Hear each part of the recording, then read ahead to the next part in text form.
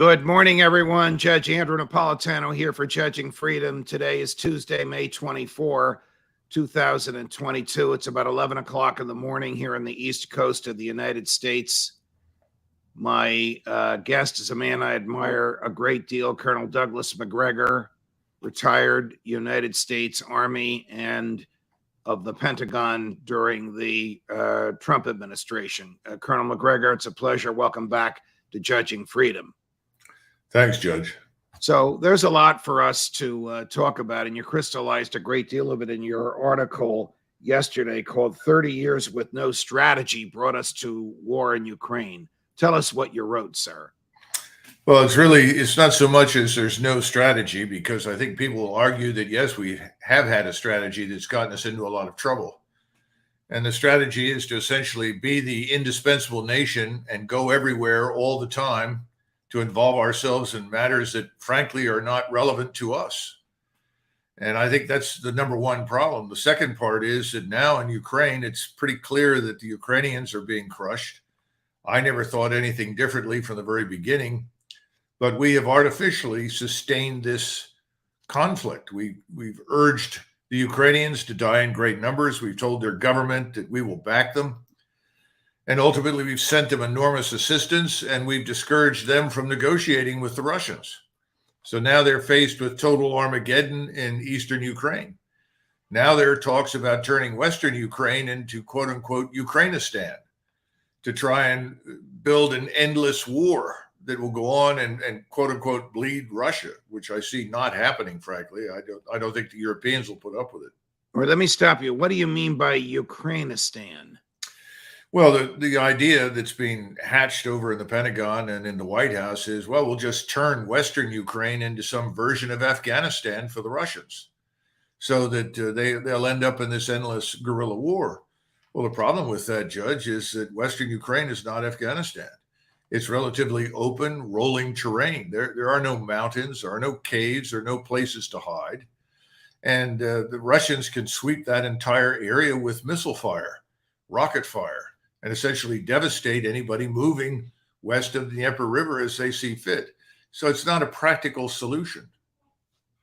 So the globalists in the State Department and their colleagues in Western Europe somehow think that by NATO and America arming the Ukrainians, as you have said, to fight to the last living Ukrainian, will degrade Russia or diminish Putin. Yeah, you've summed it up nicely. And there's no evidence that that's going to work. Just as there's no evidence for some sort of coup building inside Russia to remove Vladimir Putin. Putin is more popular now than he has ever been. Anybody who attempted to remove him would be committing suicide in Russia. The population is 100% with him. I think the official polls are about 85+%, but you're not going to find anybody over there that doesn't think that it's time to defend Russia. And remember, from the very beginning, all of this was viewed as defending Russia, eliminating the threat in eastern Ukraine. For them, it's similar once again to the Cuban Missile Crisis. We're not going to allow eastern Ukraine to be a platform for attack against Russia. How dangerous is the American welcoming reception for Finland and Sweden into NATO?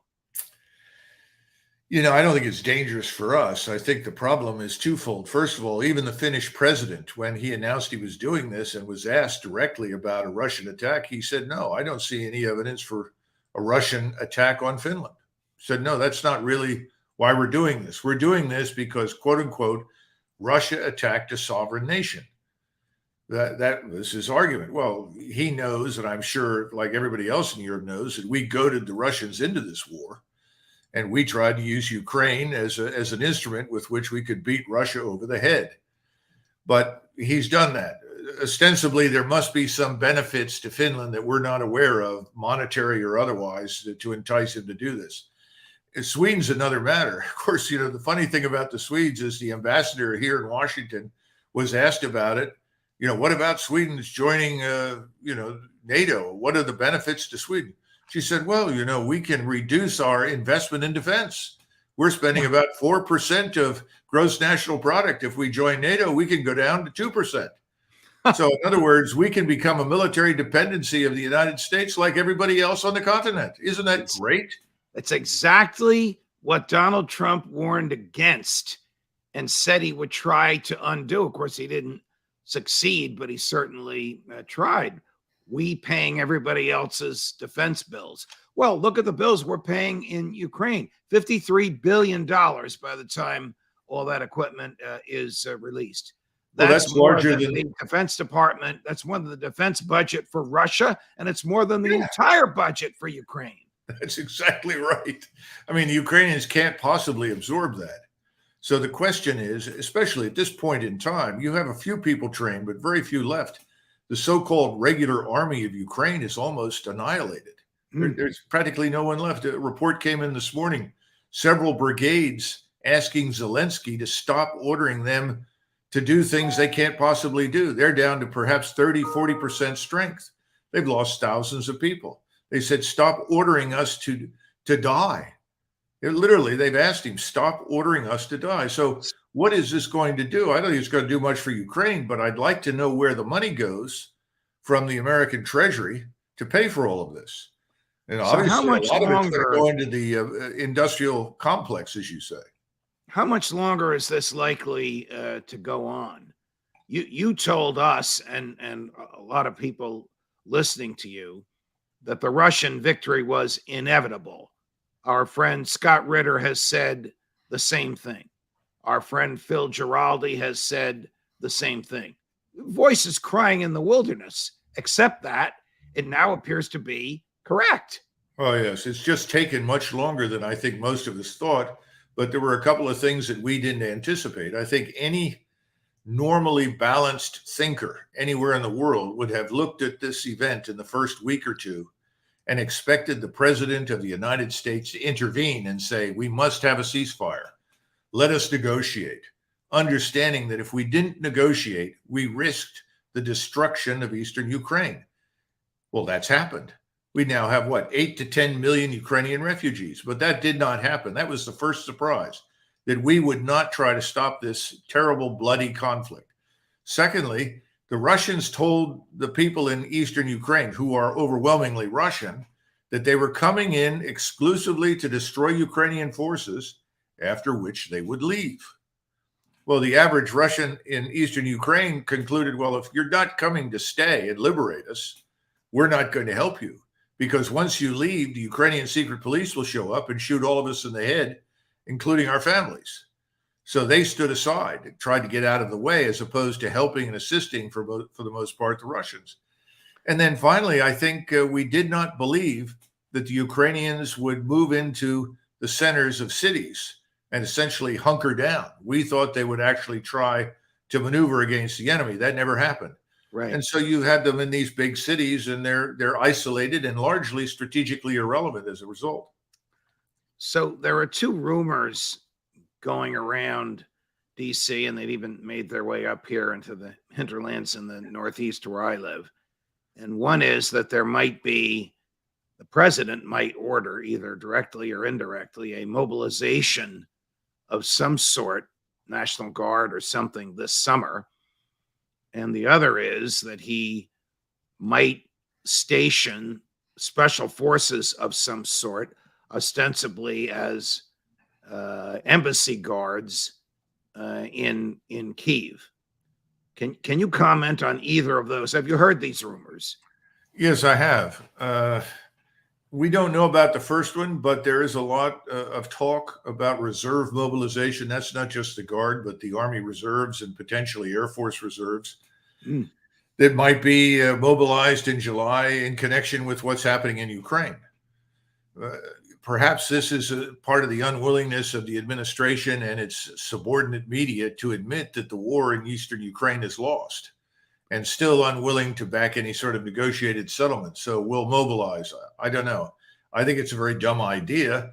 I don't think it's going to go down well with the American people. Perhaps I'm wrong, but I don't think it will. So that's the first one. The second one, special operations forces from time to time are on embassy staffs, but we've never had an occasion to announce publicly that we're going to guard an embassy with special operations forces. That's unprecedented. I think it's a very stupid thing to say publicly.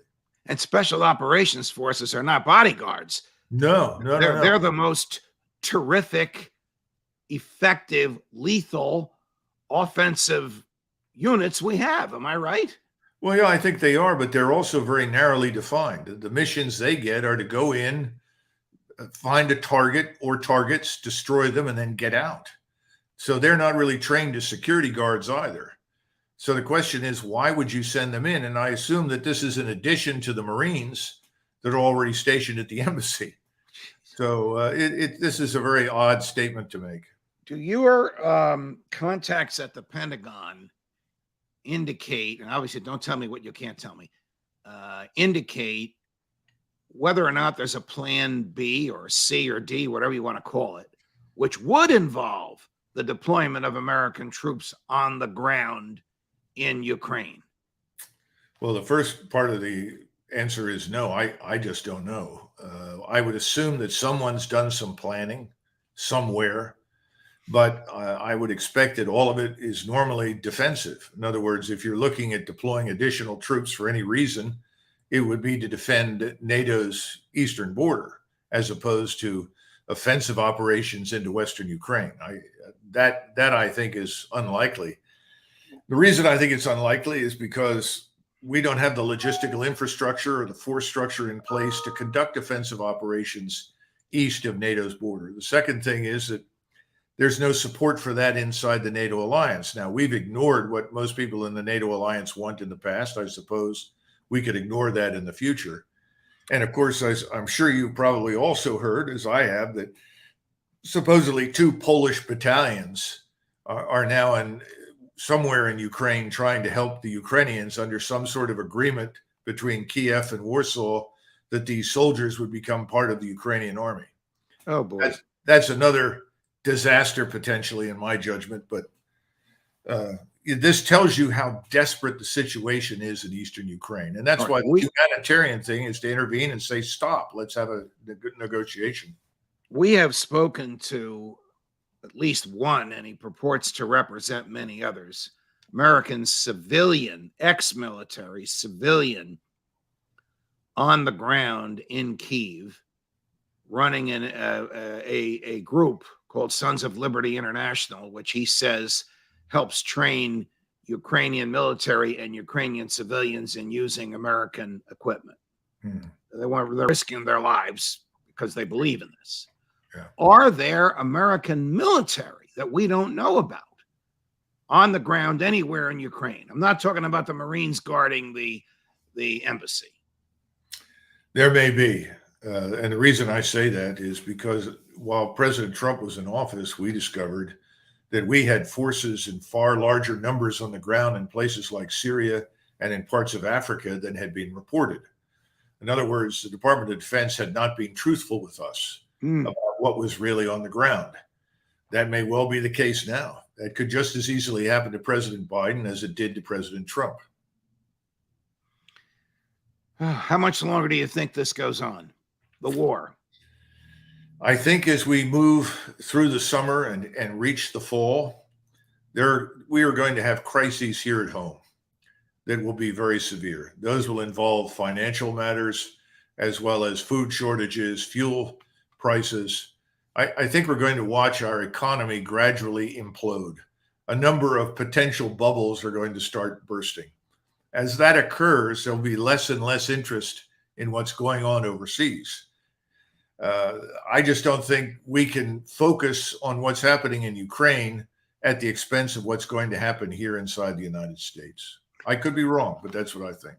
How tempting is it for Vladimir Putin to destroy the enormous cache of U.S. military equipment being stored in Poland? He's not going to. Or if he does that, does he bring NATO troops into this? Obviously, if he struck targets right now in Poland, that would potentially bring on a war with NATO. And thus far, what we've seen from the Russians is a very systematic effort to avoid that at all costs. So no, I think he's going to be very focused on consolidating what's being won in eastern Ukraine. I think we're going to see most of it either annexed directly to Russia or perhaps declared as a new Russian-Ukrainian republic allied with Moscow. Anything's possible, but I think that's where he's going to focus. In the meantime, he is supplying huge quantities of grain, other foodstuffs, as well as, of course, precious metals and energy to China, because China has its own problems right now, and they're very concerned about potential food shortages. So his number one priority, other than Ukraine, is going to be to assist the Chinese who have stood with him throughout this crisis. All right, I was going to say thank you and end the show, but you're tantalizing me. What the heck was the president talking about 2 days ago in Japan when he was asked at a press conference, would American military troops actively defend Taiwan if the Chinese government sought to use military to control Taiwan? And he answered with one word, yes. Yeah, I know. You know what he was talking about, or is this some message to President Xi? Well, of course, you know that shortly after he made that statement, I think Secretary of Defense Austin and I think the National Security Advisor, Mr. Bryan, I'm not sure if he was the one, spoke immediately. Jake Sullivan. Jake Sullivan, right. I'm sorry. It's hard to tell the difference, frankly. Ultimately said, look, this was a mistake. He misspoke. There's no change in our policy, because our policy has been to essentially stay out of the affair between Taiwan and China, provided there was no, direct threat. And frankly, I can tell you from my own experience with people from Taiwan, from the Ministry of Defense there over the last several years, off and on, they don't fear an attack by China.